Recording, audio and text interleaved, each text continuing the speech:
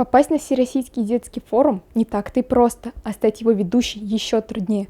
Но Лейла Хамидуллина, героиня нашего интервью, достигла этого. Давайте узнаем, как это было.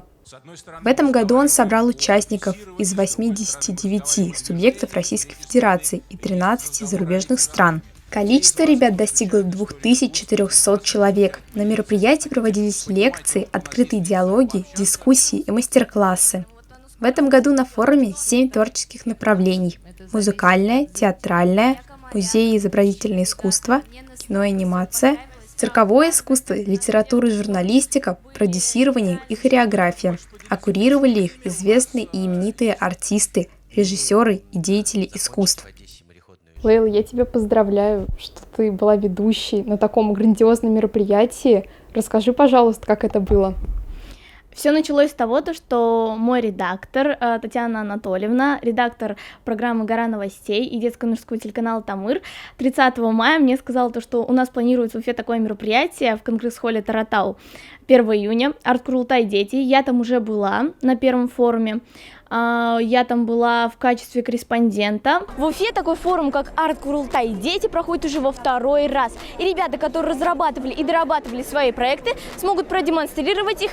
А в этом году меня поставили в качестве ведущей. Я вообще была очень удивлена на самом-то деле, но я думаю, что все прошло отлично, и после этого меня уже зарекомендовало Министерство культуры Республики Башкортостан на то, чтобы я была ведущей уже в Москве на детском культурном форуме.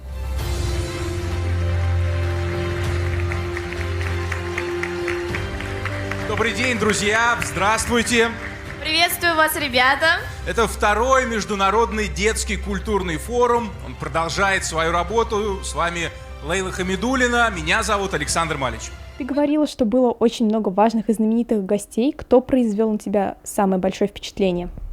Самое большое впечатление на меня, конечно же, произвела Ольга Борисовна Любимова. Это министр культуры Российской Федерации.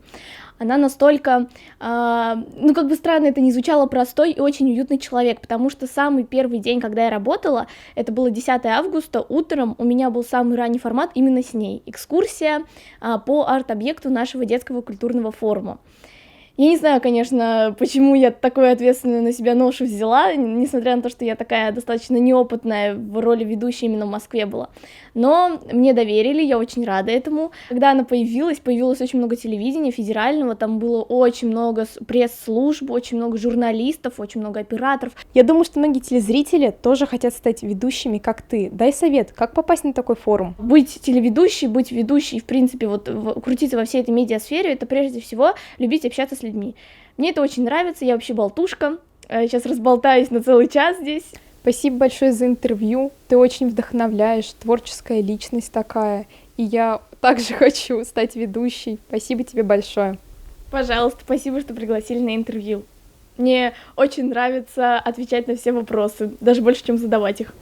Девиз мероприятия «Открой мир, открой себя». Форум – это уникальная возможность для юных талантов реализовать себя, поговорить с общественными деятелями, найти единомышленников не только из своей страны, но и из зарубежья, представить свой проект и возможность реализовать его в своем регионе. Шанс провести такой форум выпадает немногим, но если упорно трудиться и верить в себя, это обязательно произойдет. Камила Киямова, Дан Хамитов, специально для Горы новостей.